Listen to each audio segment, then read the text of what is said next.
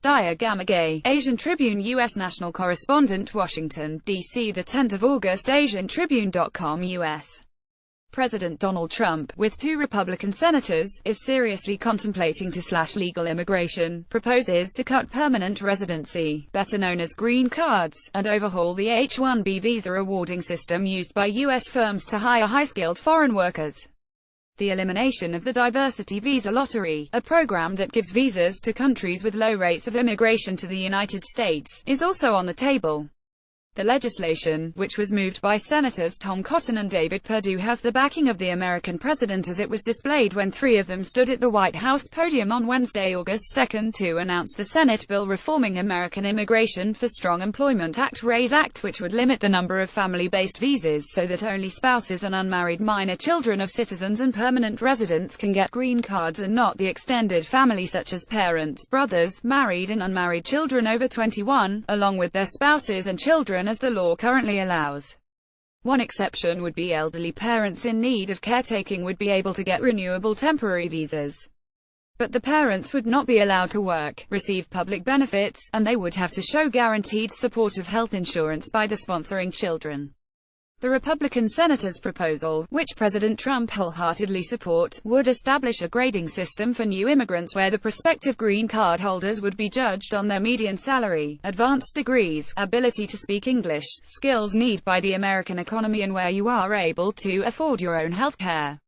The U.S. government issues more than 1 million green cards every year, most of them to relatives of citizens. A small number, 140,000, are provided on the basis of job skills. If the proposals become law, it will eliminate a program that provides green cards via lottery to people from countries that send few immigrants to the United States. Under the proposed legislation, the 4 million or so foreigners who have been waiting in the green card line for years would have to reapply under the new system.